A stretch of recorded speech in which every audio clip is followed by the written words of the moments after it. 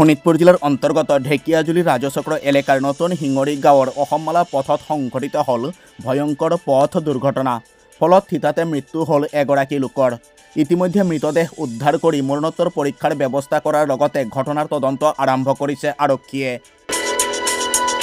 উল্লেখ্য যে শচীন্দ্ৰ দাস নামৰ এগৰাকী শিক্ষক মটৰ চাইকেলেৰে আহি থকা অৱস্থাত ডাম্পাৰ এখনৰ লগত দুৰ্ঘটনাত পতিত হয়। ফলত থিতাতে মৃত্যু হয় নতুন শিঙৰি গাঁৱৰ বাসিন্দা তথা শিক্ষক 53 বছৰীয়া শচীন্দ্ৰ দাসৰ।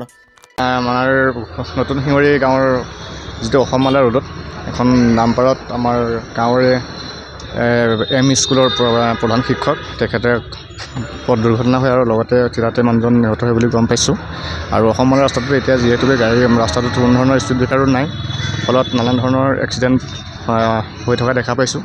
গতিকে এই এক্সিডেণ্টটোৰ যাতে প্ৰকৃত ন্যায় পায় তাৰ ওপৰতো আমি প্ৰশাসনক দাবী জনাব বিচাৰিছোঁ। লগতে মৃতজনৰ আত্মাৰ চিৰশান্তি কামনা কৰিছোঁ। এক্সিডেণ্ট হৈছে ডাম্পাৰৰ সৈতে। ডাম্পাৰৰ সৈতে? হয়। তেখেতে কিহত আছিলে? বাইকত।